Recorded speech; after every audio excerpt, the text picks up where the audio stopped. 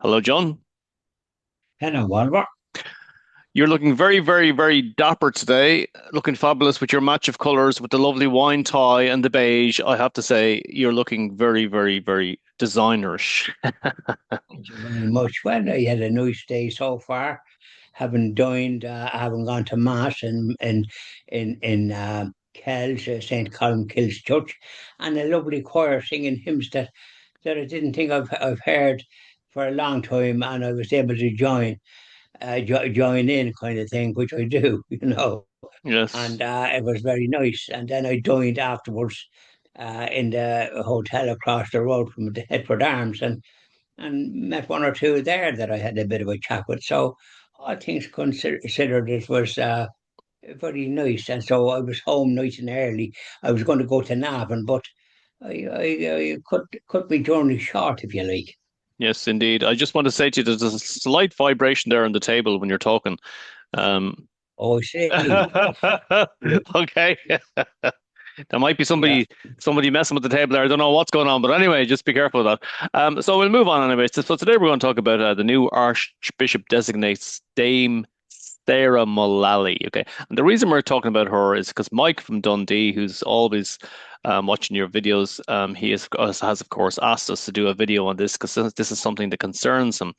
So Dame Sarah Mullally, she will be the first woman to hold office of Archbishop of Canterbury. Her background is notable. She spent decades in nursing before ordination and served as Chief Nursing Officer for England. Regarding her views on abortion, reproductive rights, in a 2012 blog post, she said she would describe her approach as pro-choice rather than pro-life, though she also qualified that if it were a continuum, I would be somewhere along it would moving towards pro-life when it relates to my choice and then enabling choice when it relates to others.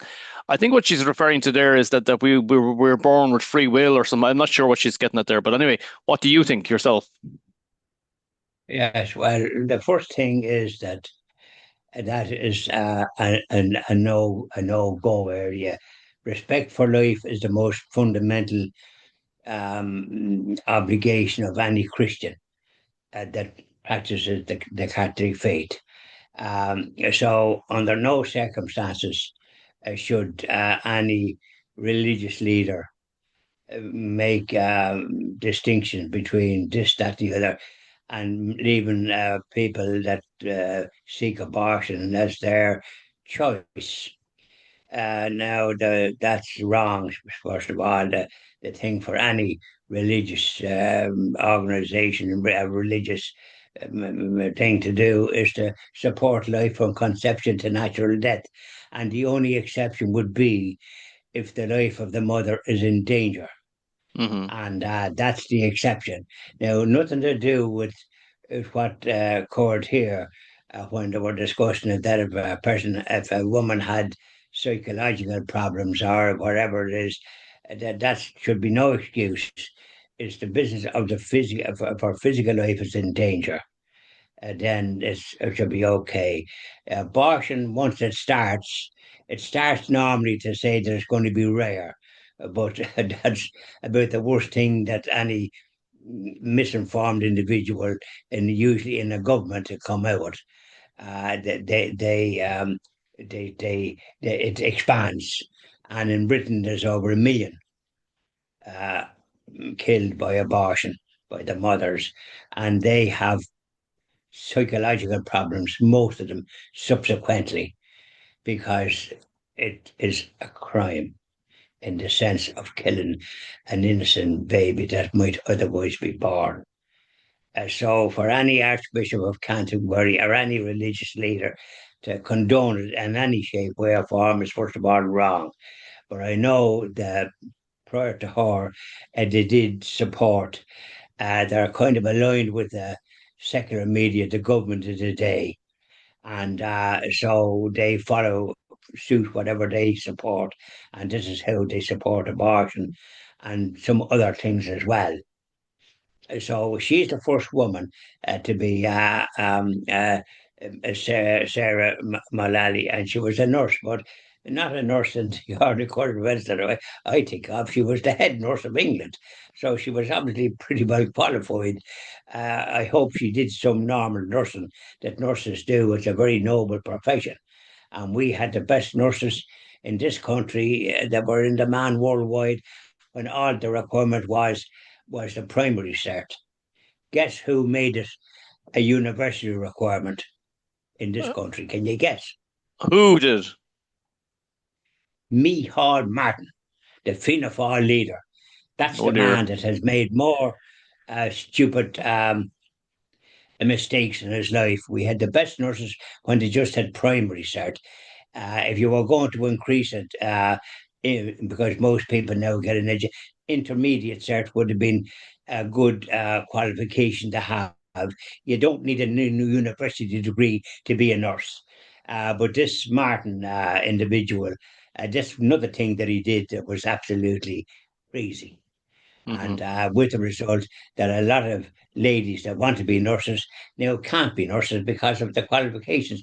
But I think they can go to other countries where they can become nurses without all this nonsense that they have here. That this Micheál Martin, when he was Minister for Health, and he started the HSE at the same time. So all the mistakes that that man made is kind of it's massive. But we're talking about the Archbishop. I digress there about this question of what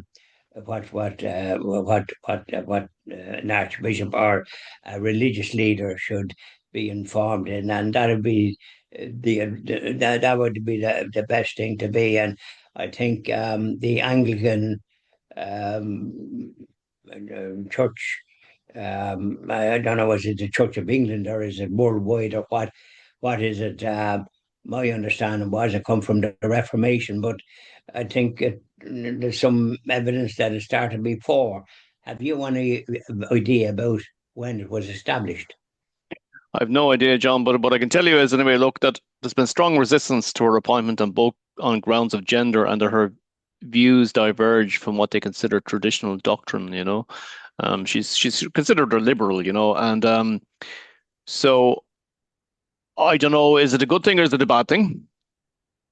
It's a bad thing to be a liberal because anything goes Okay, with a liberal. okay, anything goes. A conservative view of things is the soundest.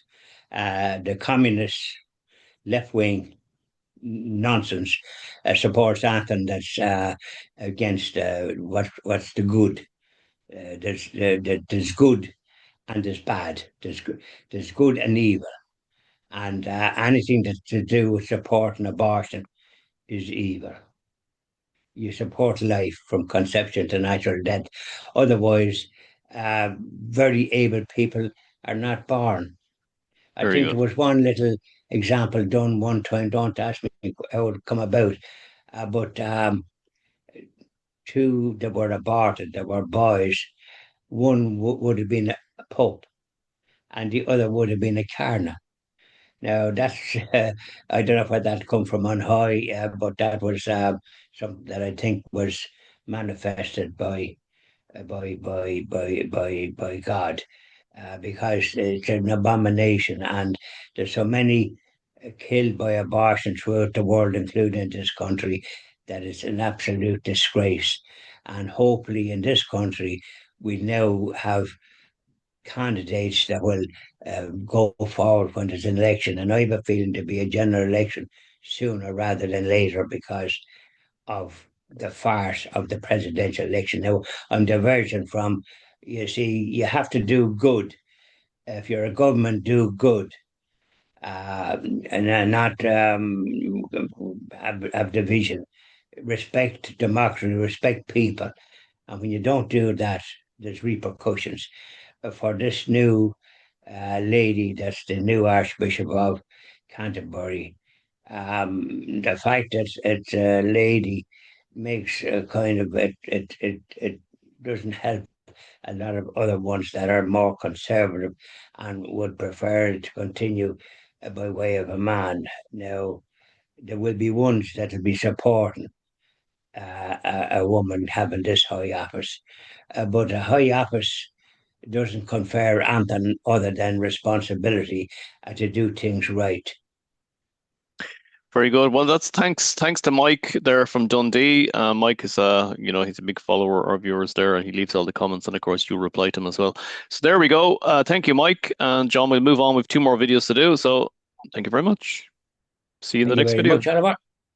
Yeah.